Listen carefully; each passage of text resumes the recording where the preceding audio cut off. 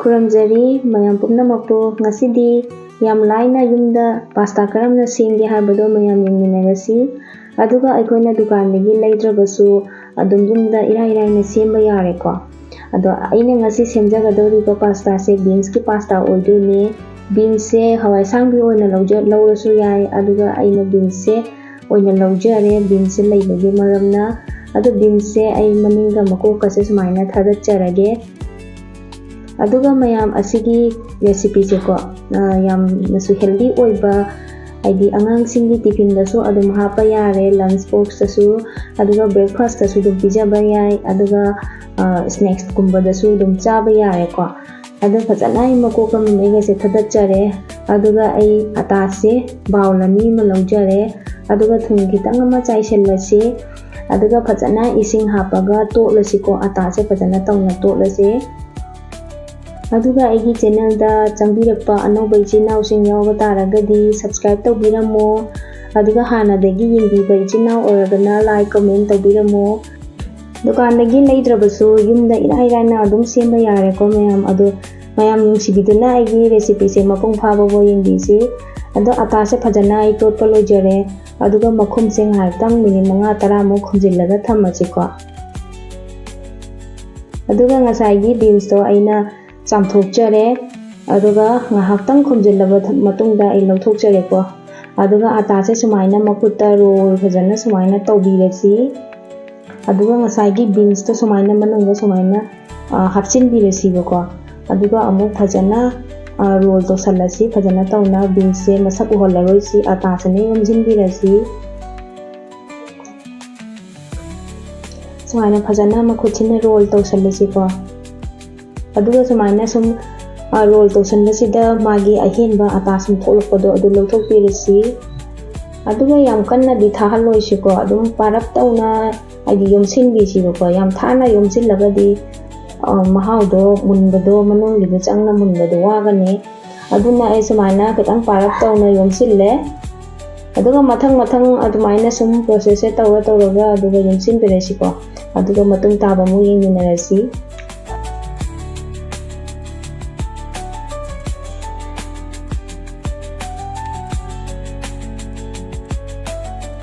aduga asumna loina tasanba loraga matungda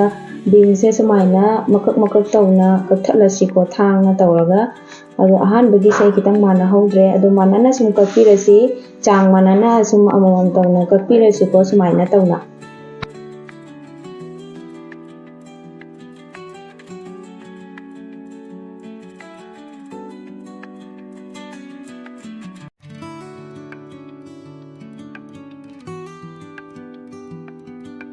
aduga sumaina loina kakpa lojare ko aduga mathon lonchiladi thambiroi si kengdi loina napsingkini ko adu sumaina sandoga thamasi aduga khang amada ising se hapchalasi ko aduga phajana sawhollaba matungda sumaina amamam tawna thada birasi ko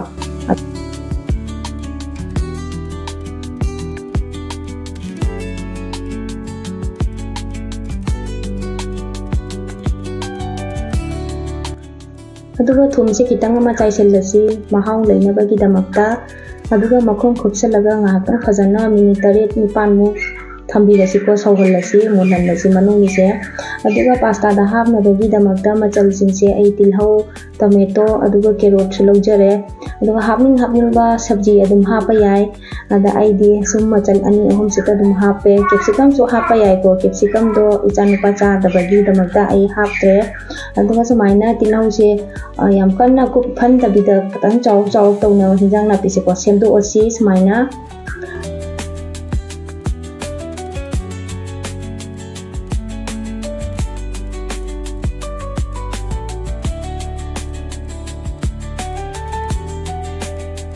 aduga ngasai pasta do mullaga yengasi mayam agi ising se kangsilame ko ising se kangdringe kanda lauthokpiyo agi se sonda hinjang seminge kanda pitang kangsilame aduga hojik lauthokcharage mulle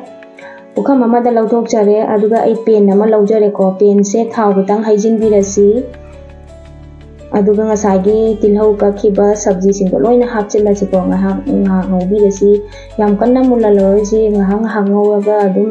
yam kanna mulhandabida ko hinjang napi se hadi pasta dadi yam kanna hinjang napi se mundabida adum hapaga chabado yam hawbani ko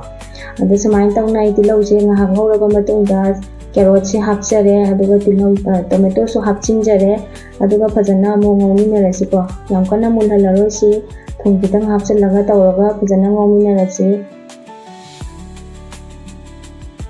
mai se kitang leithajaraga ko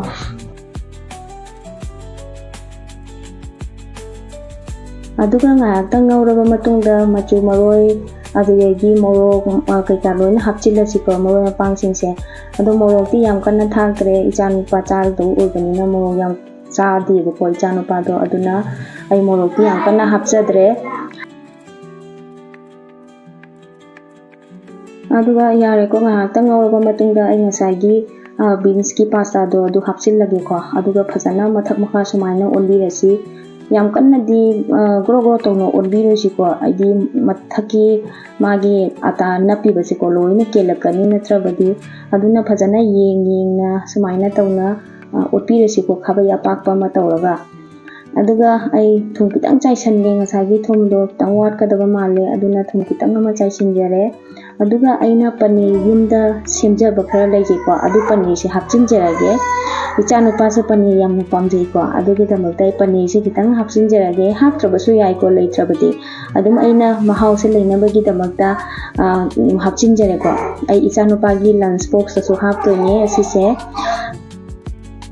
aduga ngahaktang munbudi mulle aduisu ai kitang yairaga amutang ngawbirage aduga Maggi gi masala se hapase mahau adum leibani aduna Maggi masala se kitang ama chaisinjare Maggi gi manam se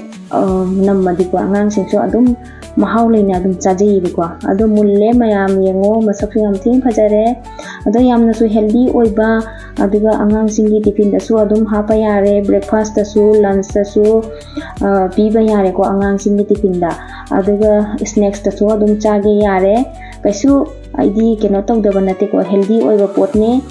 yamna fai ko sabji su adum chaning da malaira su angang na adum sigi maong se hawbiraga di ko adum sara dawne yengo mayam asumaina beans ki pasta se ko semba loijare adum mayam aigi video se nungai biraga di like comment subscribe toba kaubigano ano boichi now sing changak pasina subscribe to biramo nisi ba comment thambiramo